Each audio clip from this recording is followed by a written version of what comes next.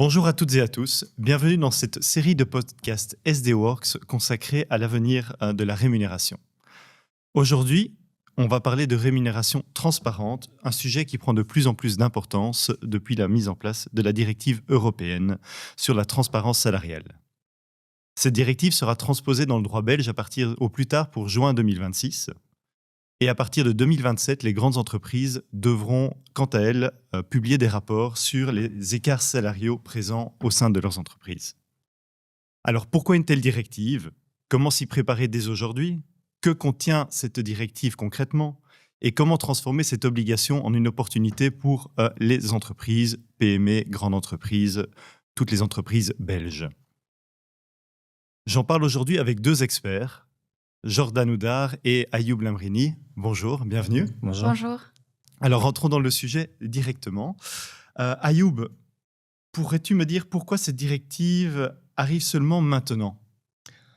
Alors, c'est vrai, on aura l'occasion peut-être d'y revenir plus tard, qu'il y a déjà une législation européenne, une législation belge qui traite de l'égalité salariale entre les hommes et les femmes. Mais cette directive, on va dire qu'elle ne vient pas de nulle part, elle est alimentée aussi par des décisions de jurisprudence, notamment de la Cour de justice de l'Union européenne, où on s'est rendu compte, en matière d'égalité salariale, le problème n'a jamais été vraiment l'absence de règles légales. Le problème a toujours été l'absence de moyens pour appliquer effectivement ces règles. Et donc la directive va, si je devais donner une image, aller un peu plus loin. Disons qu'on avait jusque-là le chemin, et bien maintenant on a la lumière qui va pouvoir éclairer ce chemin. Et donc finalement la transparence, ça n'est pas une fin en soi, c'est juste un moyen pour arriver à l'objectif poursuivi, qui est de veiller et de concrétiser en fait l'égalité salariale entre les hommes et les femmes. Merci. Donc concrètement, Jordan, qu'est-ce que cela va changer ? Alors, au niveau de la directive sur la transparence salariale, il y a 3 points centraux, donc 3 piliers. Le premier pilier, c'est vraiment l'accès à l'information, et j'y reviendrai aussi après en profondeur, mais vraiment une communication globale sur la rémunération et une transparence sur la rémunération, donc que ça soit le salaire, mais aussi tous les avantages extra-légaux. Ensuite, on a le deuxième pilier qui concerne tout ce qui est reporting. Donc, les grosses entreprises, donc les entreprises de plus de 100 travailleurs, devront établir des rapports sur les écarts salariaux au sein de l'entreprise. On va le voir qu'il y aura des différences en fonction du nombre de travailleurs et que les entités de moins de 100 travailleurs ne seront pas forcément obligées d'établir ce rapport. Donc là, c'est vraiment sur base volontaire. Maintenant, il faut savoir aussi que la Belgique peut se conformer à cette directive ou aller encore plus loin et peut-être effectivement une obligation de rapport pour les entreprises de moins de 100 travailleurs. Et puis finalement, il y a ce troisième pilier qui concerne les amendes et les sanctions qui peuvent être appliquées si on constate un rapport entre un écart de plus de 5% entre une même fonction. D'accord. Et alors, dans ce que tu disais, Jordan, tu parles de la Belgique. On est ici pour parler de nos entreprises belges. Peut-être un petit mot tous les deux, rapidement, parce qu'on y reviendra plus tard. En Belgique, est-ce qu'on est en avance, en retard ? Comment on se situe par rapport à l'Europe ? Alors, par rapport aux autres pays européens, on ne peut pas dire que la Belgique est un mauvais élève, ça c'est sûr et certain. Donc la Belgique a plutôt le profil du bon élève en la matière, même si c'est tout de même à nuancer. Mais en tout cas, par rapport aux chiffres qui nous arrivent, qui sont régulièrement publiés sur l'égalité ou les écarts de rémunération entre femmes et hommes, on peut déjà tirer au moins 2 constats. C'est qu'il y a une diminution progressive de l'écart salarial. Entre les femmes et les hommes. Et puis l'autre constat aussi, c'est qu'il y a de plus en plus de femmes sur le marché du travail, et donc la proportion de femmes devient de plus en plus importante, et malgré tout, on arrive effectivement à faire diminuer l'écart salarial entre les hommes et les femmes. Donc finalement, ça veut dire concrètement aussi que les femmes accèdent à des postes mieux rémunérés et donc tire la moyenne de rémunération des femmes vers le haut. Merci. Jordan, au tout début, Ayoub, au tout début, tu as expliqué pourquoi cette directive arrivait seulement maintenant. Mais Jordan, est-ce que tu pourrais nous rappeler les quelques moments historiques, les grands moments historiques qui ont fait qu'on est arrivé à cette directive sur l'égalité salariale ? Alors oui, mais il faut savoir que c'est vraiment pas nouveau. La première législation, elle a été éditée avec le traité de Rome en 1957 déjà. Mhm. Et au fur et à mesure des années, on a vu plusieurs législations qui ont été mises en place, notamment l'écart salarial aussi au niveau de la loi de 2012. Mais on voit effectivement que ces différentes législations, l'égalité de genre en 2007 aussi, ne sont pas en fait suffisantes pour réduire les différents écarts.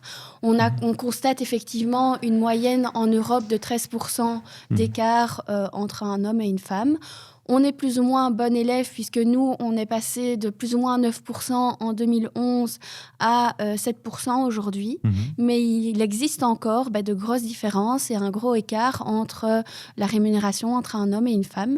Et donc, du coup, cette directive a pour but effectivement de limiter cette différence et cet écart. Alors j'entends qu'on est plutôt bon élève, 7% contre 13%, merci, mais l'écart subsiste. Comment est-ce qu'on peut l'expliquer ?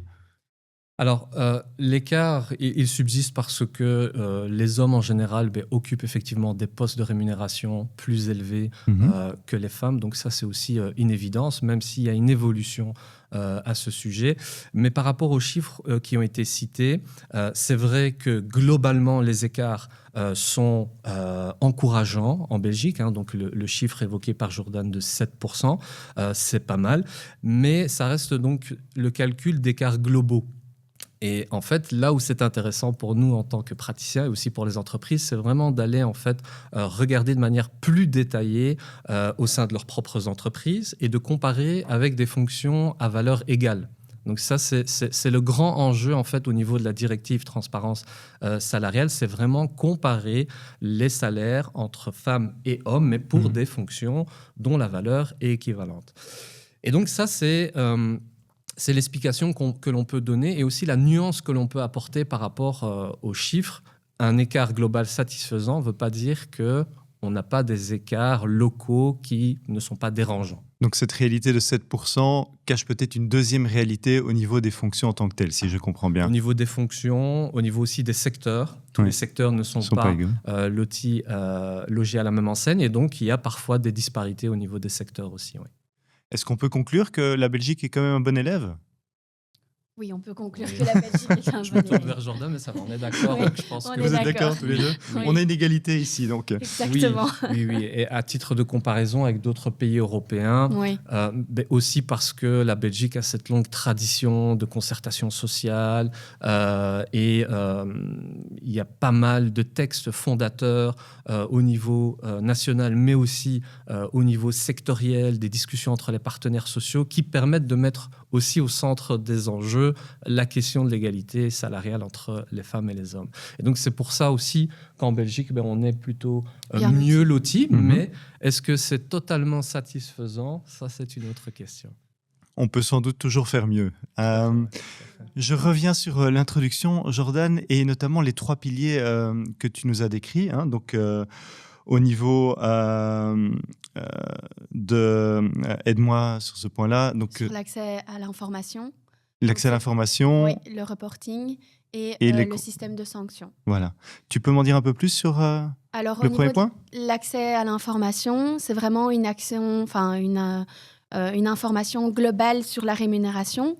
Donc, pas uniquement le salaire, mais tous les avantages extra-légaux liés à la fonction, les systèmes d'évaluation, tout ce qui est en lien avec le package salarial. Donc, ça peut être aussi tout ce qui est offert en termes de mobilité. Est-ce qu'il y a un véhicule de société ? Est-ce qu'on a mis en place un budget mobilité ?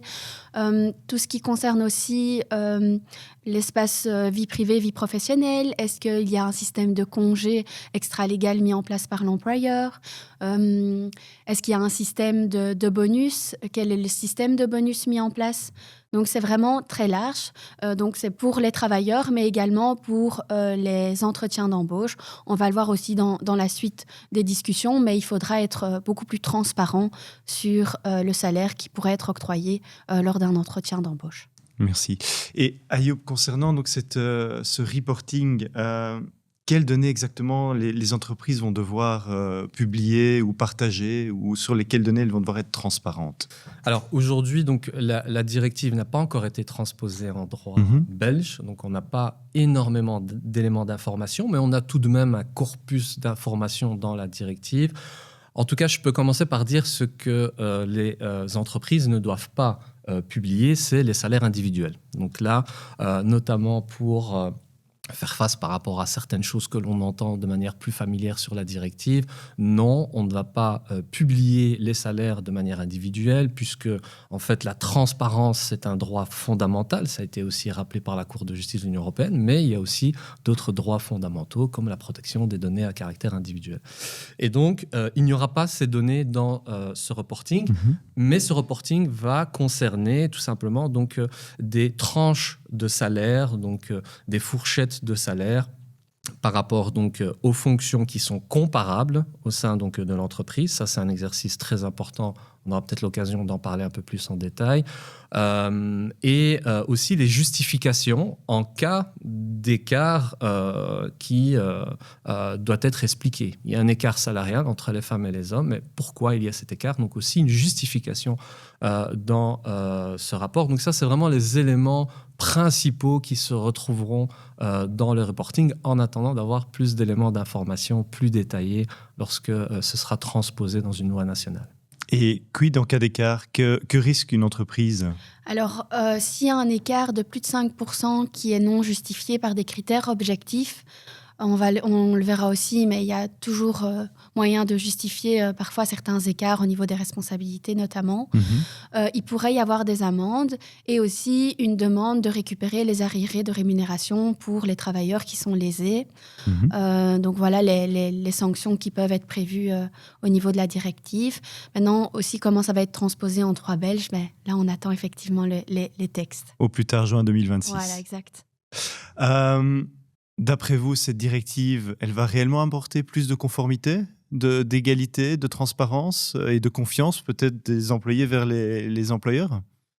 Oui, je pense que raisonnablement, c'est un souhait des travailleurs de manière générale d'avoir beaucoup plus de transparence sur le sujet.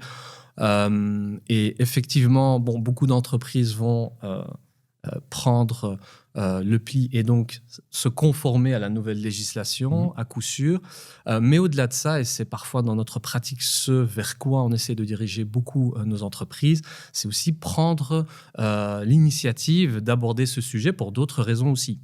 Notamment pour augmenter la satisfaction des travailleurs, parce que les travailleurs n'ont pas de problème à parler de la rémunération, mais ils ont un problème lorsque cette politique de rémunération se loge un petit peu dans le silence ou dans les malentendus, dans les incompris. Et c'est là, en fait, où l'insatisfaction arrive de la part des travailleurs, avec toutes les conséquences que ça peut avoir.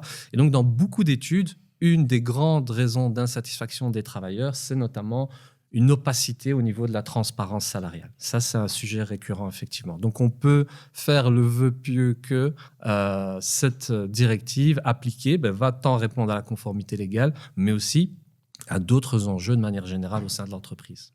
Donc, si je comprends bien, cette directive, elle va avoir des impacts réellement concrets pour nos entreprises. Elles pourront, si elles jouent le jeu, gagner en attractivité, en rétention de leurs travailleurs. Mais à contrario, si elles ne jouent pas le jeu, elles risquent d'avoir des difficultés de justification, de confiance, et au final, peut-être des travailleurs qui décident d'aller voir ailleurs s'il y a plus de transparence. D'après vous, quels sont les plus grands risques, autres que ceux que je viens de citer, pour une entreprise qui ne se prépare pas? Alors moi, ce que je dirais déjà, c'est effectivement au-delà des enjeux liés aux amendes et aux arriérés de rémunération, c'est vraiment un manque effectivement de confiance de la part des collaborateurs. C'est surtout ça qu'on retient et moi que je retiens dans la pratique. Surtout pour les PME, les PME effectivement sont parfois moins outillées que les plus grosses entreprises. Et donc on constate effectivement que lorsqu'il y a un manque de transparence au niveau de la rémunération ou effectivement des non-dits, il y a parfois des tensions et parfois un turnover plus important dans une entreprise. D'accord, merci.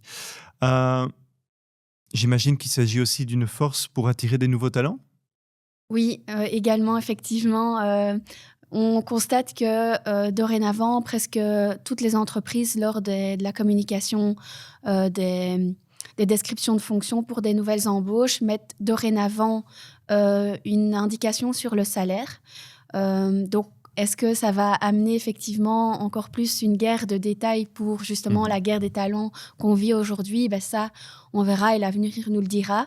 Mais ce qui peut aussi amener un problème, c'est effectivement que dorénavant, les employeurs doivent communiquer le salaire lors des fonctions qui sont ouvertes pour une nouvelle embauche. Et donc, un travailleur qui se trouve déjà en interne pourrait voir effectivement le salaire qui sera gagné par cette nouvelle embauche et pourrait éventuellement faire des comparaisons. Donc, c'est bien déjà de travailler sur ce point-là et d'être cohérent par rapport au salaire qui est déjà proposé en interne pour éviter justement des tensions. Très intéressant. Quand tu parles de salaire, tu parles sans doute de tranche salariale aussi qui va devoir Exact, être publiée. exact. Parlant de salaire, tranche salariale, Ayoub, il y a quelques minutes, tu me disais que les travailleurs n'ont pas de problème à parler de rémunération. Mais comment est-ce qu'ils réagissent concrètement quand on va commencer à parler, ouvrir le sujet de la rémunération?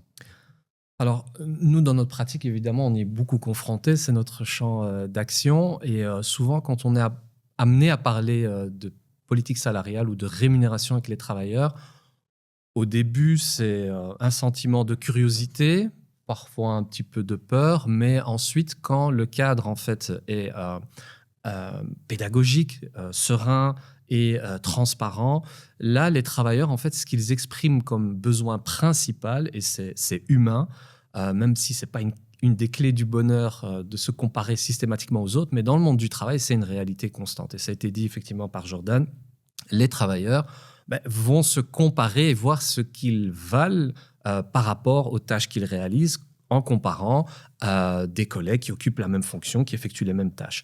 Et donc ça, c'est un point, je pense, très très important à garder à l'esprit lorsqu'on évoque le point de vue travailleur, c'est ce sentiment de comparaison. Et dès lors que les règles semblent être justes, là, les travailleurs, ils n'ont aucun problème à être payés moins qu'un autre travailleur pour des raisons objectives. Et donc ça, c'est accepté en général. Objective et transparente. Tout à fait, oui. On commence Tout à à le fait. comprendre. Tout à fait. Merci. Parlant des salariés, justement, des travailleurs, une enquête SDWorks révèle qu'un travailleur sur 5, un salarié sur 5, est préoccupé par l'écart salarial homme-femme. 50% estiment que le système salarial n'est pas clair ou pas équitable pour l'instant. Cette étude montre aussi que malgré les différences de maturité dans les entreprises, les défis restent les mêmes. C'est-à-dire que l'importance est mise sur la communication et la cohérence. Question pour tous les deux. Quels enseignements principaux vous tirez de cette enquête? Alors moi, je dirais que pour les PME, il y a quand même aussi un manque d'information par rapport à cette nouvelle directive sur la transparence salariale, puisqu'il y a plus ou moins 8 PME sur 10 qui ne savent pas de quoi du tout on parle. Donc déjà, juste les informer sur la base de la directive, sur la transposition en droit belge. Ça, c'est déjà une chose qu'on fait dans notre quotidien. Et alors, déjà, analyser la base. Est-ce qu'ils ont quelque chose de cohérent? Est-ce qu'ils peuvent justifier les différences de traitement au sein même d'une même catégorie de fonctions? Il peut y avoir des différences objectives, comme on l'a déjà dit, la responsabilité, l'ancienneté, l'expertise. Donc, parfois, les écarts peuvent être justifiés. Voilà, en tout cas, l'enseignement que moi, je tire de cette enquête. Oui, au niveau grande entreprise, on a un peu le même constat, hein. Donc, c'est parfois aussi un manque d'informations par rapport à la transparence de manière générale. Et aussi, que ce soit point de vue travailleur ou employeur, on oublie souvent, mais ça a été rappelé au début, que la transparence, c'est juste un moyen. L'objectif, vraiment, à la fin, c'est qu'on concrétise l'égalité et qu'on le fasse sur des bases comparables. Donc, souvent, c'est là où se situe l'enjeu au niveau de la compréhension. Aussi au niveau des grandes entreprises, mais ça, je crois que c'est des constats qui sont communs aussi à toutes les entreprises. Ouais. Merci. Alors, je reviens sur un point de cette étude qui dit que 50% des travailleurs estiment que la rémunération n'est pas claire. Comment est-ce qu'on peut expliquer cela alors qu'on fait plutôt partie des bons élèves en Europe? Oui, au niveau de la clarté, on va dire qu'il y a déjà, je pense, un constat d'ordre général. C'est que la rémunération n'est pas chose facile en Belgique. Donc ça, c'est déjà une évidence. Donc au moment où l'on aborde le sujet, c'est déjà pas toujours très clair et la manière dont c'est transmis aussi aux travailleurs peut parfois être, si on est souvent familier de ces notions, on a tendance peut-être à ne pas assez vulgariser la chose. Donc déjà, ça rend le contexte peu propice à alimenter une certaine confiance. Et puis, le second constat, je dirais effectivement que si on est dans une démarche où on explique les choses sur des bases objectives et on n'a pas peur de les aborder, ben en fait, les travailleurs sont beaucoup plus à l'aise pour envisager, d'entendre des choses parfois qui ne vont pas toujours leur plaire, mais qui font partie de la réalité aussi du monde du travail. Donc ça, c'est peut-être, oui, les deux constats principaux. Donc il y a aussi un enjeu en matière de communication, évidemment. Merci. Vous avez donné votre point de vue tous les deux sur la partie PME, la partie grande entreprise.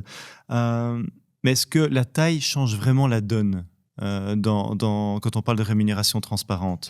Moi, je dirais que oui, quand même, parce qu'une grosse entreprise n'est pas. Enfin, une PME n'est pas outillée comme une plus grosse entreprise. Après, tout dépend aussi de la taille de la PME, on s'entend. Mais une petite PME de moins de 10 travailleurs, généralement, n'a pas de responsable RH. C'est souvent le dirigeant qui fait le travail du responsable RH. Et c'est souvent aussi, dans les PME, une négociation individuelle lors de l'embauche, une discussion salariale. Et donc, parfois, il y a vraiment des différences qui peuvent se jouer là-dessus. C'est vraiment le travailleur qui vient avec ses desiderata et voir si, effectivement, le dirigeant accepte ou pas. Et ça peut aussi créer des différences historiques. Donc, peut-être un cadre de rémunération qui est moins fixe à l'embauche et qui va créer des différences sans vraiment le vouloir. Et parfois, pas de politique, en fait. Juste le travailleur a le salaire ou, effectivement, on l'expliquait au début, au niveau de la législation belge, en fonction du secteur, on est dans des secteurs qui prévoient une société sectorielle avec parfois des minimums barémiques à respecter. Et dans la plupart des PME, en fait, octroient le barème qui est prévu au niveau du secteur, tout simplement. Il n'y a pas de classification de rémunération comme des plus grosses structures. Donc oui, je pense qu'il y a une différence. Oui, et c'est vrai que dans le même temps, pour les grandes entreprises, c'est une réalité. Effectivement, il y a une politique salariale qui est plus structurée. Mais il y a aussi parfois les mêmes écueils qu'on retrouve dans des plus petites entreprises. Les grandes entreprises, il y en a certaines qui ont évolué assez rapidement, qui se sont agrandies très vite. Donc parfois, il y avait déjà des politiques salariales qui étaient installées historiquement, comme tu l'as évoqué aussi. Et parfois, on n'a pas osé, au moment propice pour le faire, on n'a pas osé rectifier, réorienter les choses pour qu'on ait un peu plus d'égalité, ou en tout cas pour l'alimenter et être transparent. Aussi, les grandes entreprises, quand elles évoluent, parfois il y a aussi des acquisitions, donc des entités. Et ça, parfois, on le remarque aussi dans différentes entités.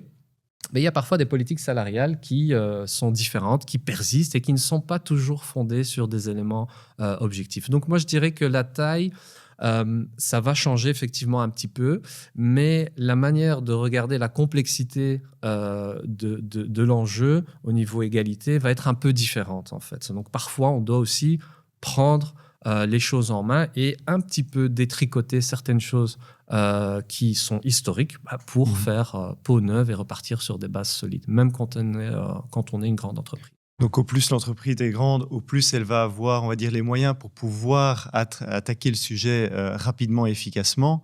Mais à contrario, forcément, elle va aussi, dans tous les cas, une société doit, si je peux me permettre, oser prendre le sujet en main à un moment ou à un autre. Et ça, peu importe la taille, on remarque que c'est la même chose au niveau belge. Ouais, c'est ça.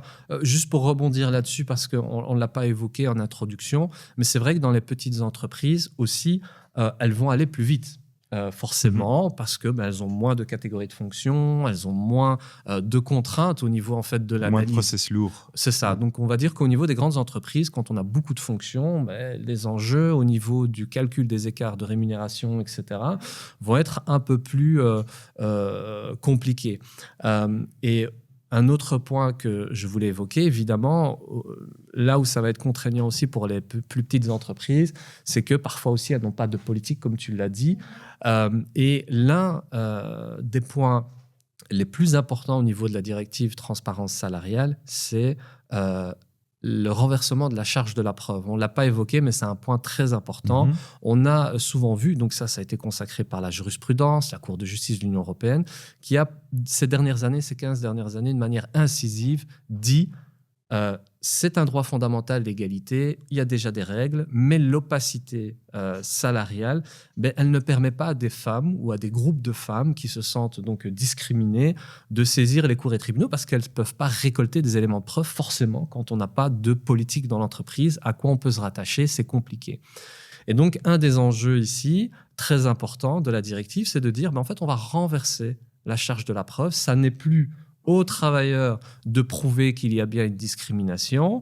Évidemment, de manière raisonnable, il doit y avoir les prémices d'une discrimination, mais c'est plutôt à l'entreprise de prendre toutes les mesures et faire publicité de sa politique de rémunération et s'assurer qu'elle soit juste. Et aussi dans les PME, la plupart du temps, il n'y a pas de représentants des travailleurs aussi, à l'inverse des plus grosses structures. Qui aide quand même à démarrer la négociation et la discussion. Choses, tout à fait.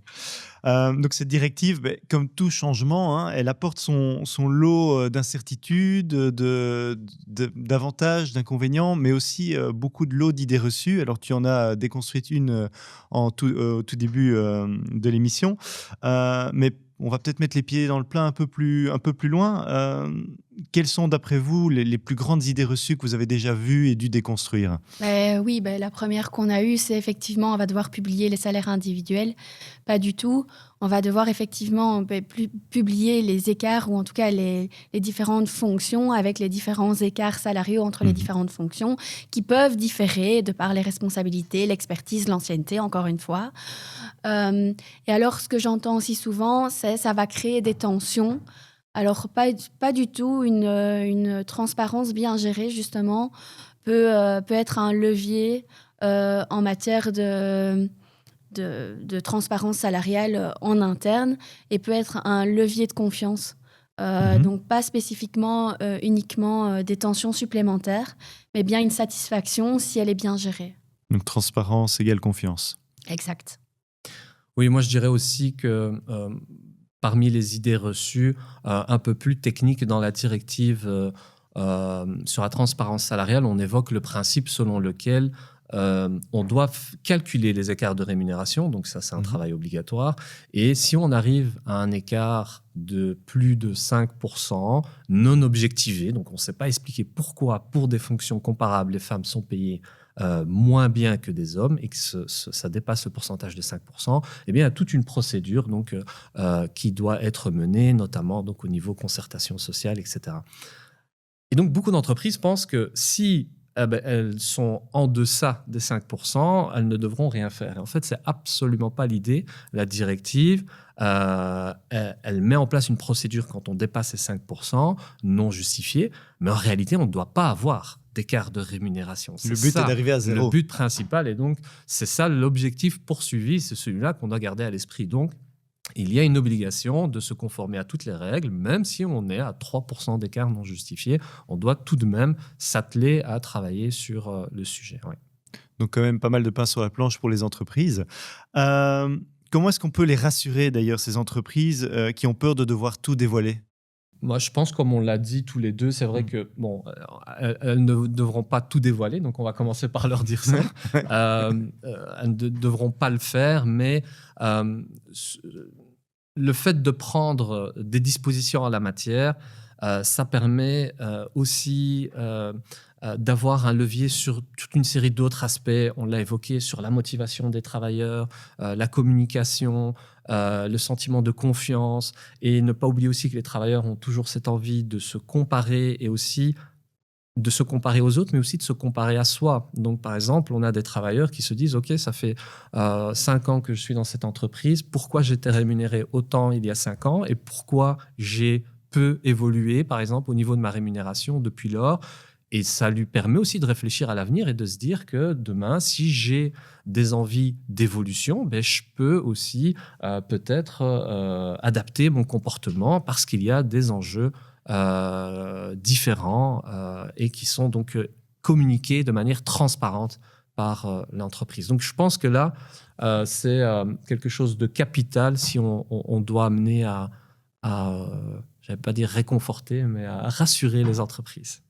On rassure les entreprises, merci. Mais du côté des salariés, au final, est-ce que cette directive ne va pas amener en fait que tout le monde aura le même salaire et qu'il n'y aura plus d'individualisation de la rémunération? Alors non, justement, on peut faire aussi un peu de l'individualité dans cette politique de transparence salariale, puisqu'on pourra faire, sur base de critères objectifs, des distinctions au niveau de la responsabilité, de l'expertise, de l'ancienneté.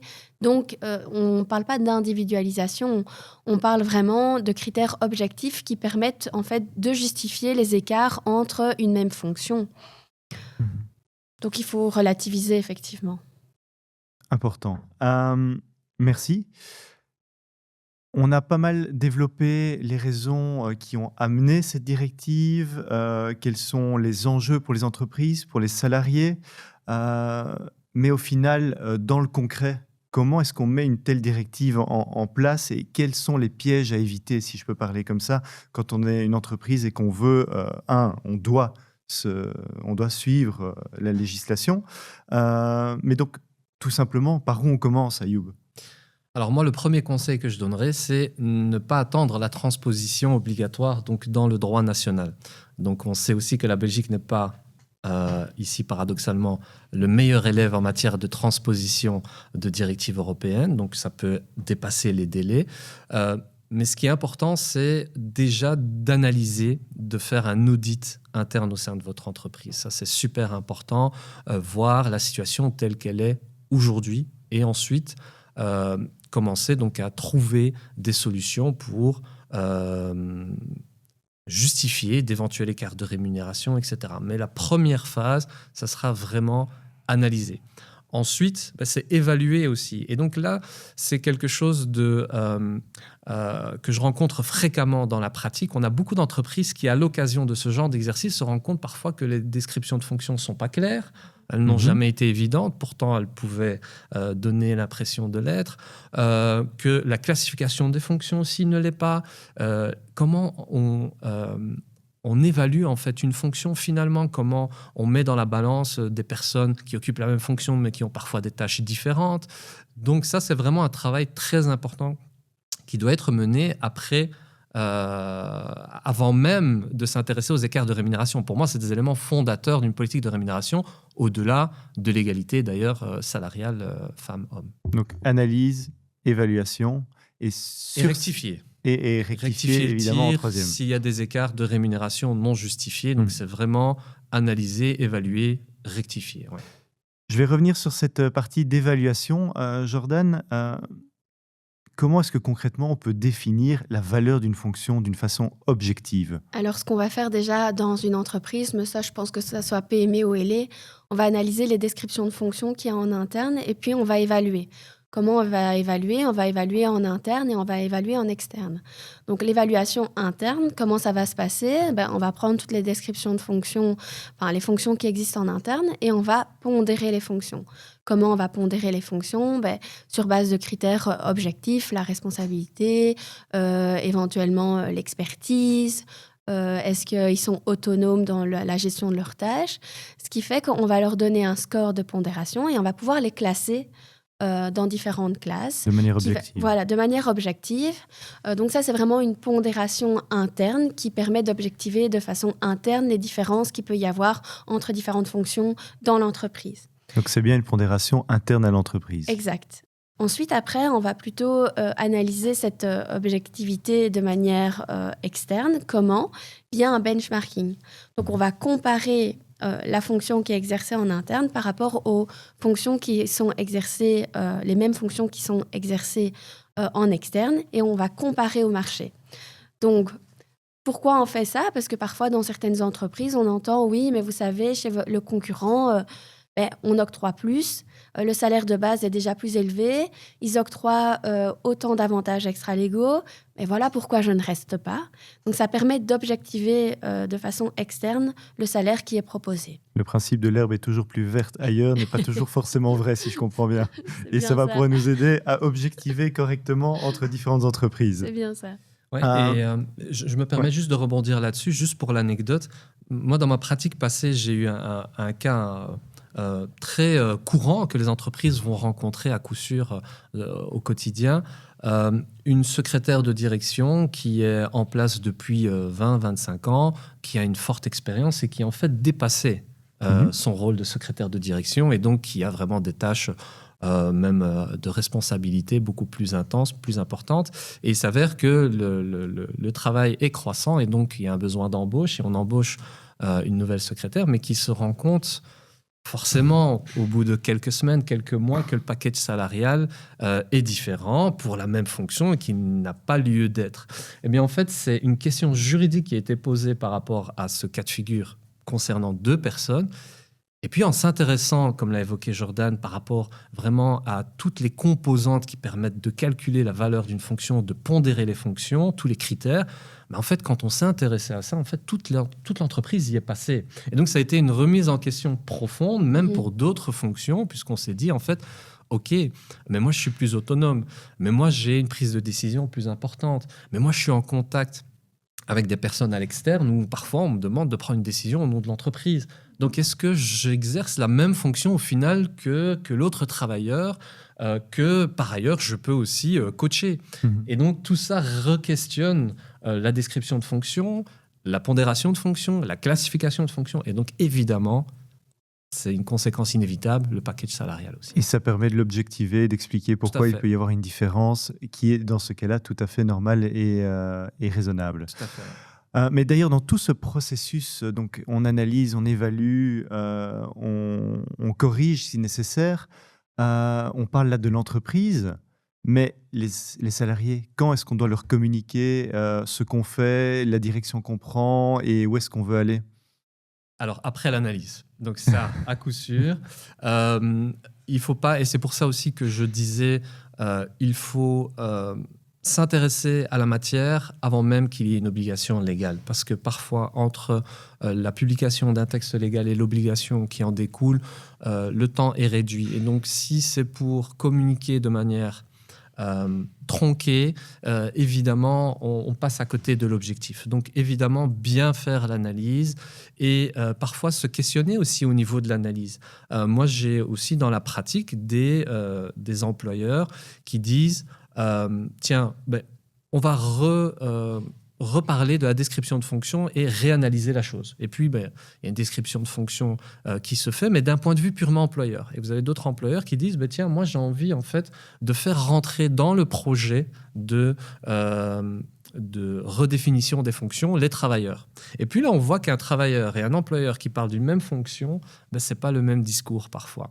Donc, souvent, prendre le temps de l'analyse, ça ne veut pas dire que dans le temps de l'analyse, ça doit être un parti pris purement employeur. On peut aussi intégrer certains travailleurs ou les représentants des travailleurs dans la démarche. Et vraiment, quand on communique, on peut aussi choisir de le faire soit en interne, donc l'employeur, à travers donc les personnes, les responsables RH, mais aussi, et c'est souvent ce qui est apprécié aussi par les travailleurs, parce que ça donne un sentiment, comment dirais-je, de confiance, aussi le faire par une tierce personne. Donc, pour ne pas nous citer, mais il y en a d'autres évidemment, des experts dont c'est la tâche principale et qui connaissent un petit peu les pièges à éviter en matière de communication. Et donc, c'est une communication plus sereine pour le travailleur. Donc moi, je pense que la communication doit venir vraiment avec, et c'est une évidence, après l'étape de l'analyse. Et l'analyse, ça ne veut pas dire spécialement ne pas intégrer déjà les travailleurs dans le projet. Donc j'entends bien l'importance d'intégrer et de rendre les travailleurs partie prenante de ce genre de projet, de changement dans l'entreprise. D'ailleurs, Jordan, est-ce que tu as des exemples de bonnes pratiques que tu as déjà rencontrées? Alors, généralement, comment on fonctionne, et moi, dans une entreprise, ça a été le cas. On me questionnait sur des descriptions de fonctions, une classification de fonctions. Donc, ce qu'on a fait avec l'employeur, c'est qu'on a discuté de la pondération interne des fonctions qui existaient au sein de l'entreprise. Et autour de la table, il y avait les travailleurs concernés. Donc, un travailleur concerné par catégorie de fonction pour objectiver en fait les réponses. Donc, pas seulement effectivement les responsables ou les dirigeants, mais les travailleurs eux-mêmes pour répondre à la classification et à la pondération des fonctions. Les attentes du coup d'une fonction des deux côtés dans l'entreprise. Et je m'attendais à avoir certaines différences, mais ils étaient effectivement relativement en raccord avec les pondérations des différentes fonctions. Et toi, Ayoub ? Alors moi, je dirais que parmi, dans la pratique, l'une des pratiques que l'on apprécie le plus, c'est, et qui est d'ailleurs fort appréciée aussi par les travailleurs, c'est le fait d'avoir un système dynamique d'évaluation des fonctions. En fait, c'est bien de pondérer, de décrire les fonctions, mais ça ne doit pas être figé dans le temps. Évidemment, des fonctions évoluent, les impératifs du marché du travail aussi évoluent. Et les technologies qui vont faire évoluer les fonctions. Les tâches aussi, effectivement, évoluent grâce ou à cause de la technologie. Et donc, effectivement, il faut mettre en place idéalement un système dynamique d'évaluation. Et donc, à échéance régulière, lorsqu'il y a une évaluation, questionner, tiens, est-ce que ça change radicalement la fonction ? Est-ce qu'on doit créer une fonction autre ? Est-ce qu'on doit juste attribuer à cette fonction des tâches supplémentaires ? Donc ça, c'est parmi les choses au quotidien que je vois qui sont super positives. Et puis, on a aussi d'autres employeurs qui, là c'est la cerise sur le gâteau, qui mettent en place aussi des programmes d'accompagnement, mais des managers, parce que le personnel de direction joue un rôle aussi important, parce qu'il doit être capable aussi de transmettre la bonne information aux salariés auxquels il est confronté au quotidien, au-delà des personnes du service RH. Et donc ça, il y a aussi des biais qui peuvent parfois arriver au niveau du management par rapport à l'égalité femmes-hommes. Et ça peut faire aussi l'objet d'un accompagnement plutôt spécifique sur ces profils-là. Et donc ça, il y a des entreprises qui ont recours aussi à ce genre de programme. Et évidemment, comme je l'ai dit, ça c'est la cerise sur le gâteau. Ça doit arriver à la fin du process. Un grand merci pour ces partages de bonnes pratiques. Je voudrais terminer avec quelques recommandations pour les entreprises. On va peut-être commencer avec nos PME. Jordan, quelle serait ta première recommandation pour une entreprise qui veut débuter là-dedans ? Alors justement, ne pas attendre la transposition en droit belge. Parfois, une ébauche de projet peut constituer déjà une bonne base. Donc, on va analyser déjà ce qu'ils ont en interne et on va voir comment on peut la rendre encore plus transparente et communiquer effectivement, efficacement sur le système de rémunération qui est en place dans la PME. Parce que dans la plupart des PME, effectivement, il n'y a même pas de communication sur la rémunération de manière globale. Et donc, à la fin du processus, ce que je conseille également, c'est d'avoir une convention qui stipule en fait l'octroi de tous les avantages liés à la fonction. Donc, que ce soit le salaire de base, les systèmes de bonus, les avantages extra-légaux, tout ce qui est lié à la mobilité et tout ce qui est lié aussi, par exemple, à la durée du temps de travail, les congés extra-légaux, le système de télétravail structurel. Est-ce que ça donne droit à... Est-ce qu'il y a une indemnité ? Est-ce qu'elle est différente en fonction des différentes catégories de fonctions ? Donc, vraiment, être communiqué sur la rémunération de manière globale. Merci. Et pour les grandes entreprises qui ont déjà des structures en place, alors pas forcément sur la transparence salariale, mais du personnel qui est prêt et qui peut agir là-dessus, c'est quoi la priorité au final, au jour d'aujourd'hui ? Je pense que la priorité, c'est de re-questionner le système mis en place et de l'évaluer. Donc je pense que la phase d'évaluation est super importante. Et comme je l'ai dit, effectivement, parfois on a des politiques qui sont bien structurées, mais qui l'ont été il y a quelques années, qui n'ont peut-être pas subi une mise à jour, qui n'ont peut-être pas été réévaluées, qui n'ont pas subi un nouveau test. Et donc ça, c'est vraiment, je pense, quelque chose de très important à garder à l'esprit pour les entreprises qui ont déjà une politique en place, c'est de la réévaluer et de la consolider, parce qu'il y a toujours possibilité de consolider, évidemment. Et donc, on sera peut-être moins dans la construction de toute une politique salariale, mais on va juste voir et aussi se comparer, comme ça a été dit, à d'autres entreprises au niveau externe, etc. Donc il y a quand même matière à faire. Il y a encore du sur ce boulot. sujet. Ouais. Super. Ouais. Une phrase pour conclure, chacun? Alors moi, je dirais que la transparence, c'est pas une question de chiffres. C'est vraiment pour moi un levier de confiance qui permet de créer une véritable culture pour une PME. Merci. Alors, ce ne sera pas le dernier mot, mais les 3 derniers mots, ils ont déjà été évoqués. Pour moi, c'est primordial, analyser, évaluer, rectifier. Un grand merci à tous les deux. Alors, merci pour ces éclairages et ces partages d'expériences qui ont été très enrichissants. Je retiendrai pour ma part que la transparence salariale, d'après ce que vous m'avez dit, ce n'est pas seulement une obligation légale, mais c'est surtout une démarche de confiance et de cohérence interne et vers les travailleurs de l'organisation, mais aussi les potentiels futurs travailleurs. Donc ça peut être un réel outil qui peut aider les entreprises à faire la différence sur le marché du travail pour embaucher des nouvelles personnes. Si vous souhaitez aller plus loin, SD Works dispose d'un e-book sur la rémunération transparente qui est disponible sur notre site web. Dans un prochain épisode, nous parlerons de la rémunération flexible. Comment adapter la rémunération aux besoins individuels et aux collaborateurs. Je vous remercie pour avoir écouté ce premier podcast et vous souhaite une excellente journée.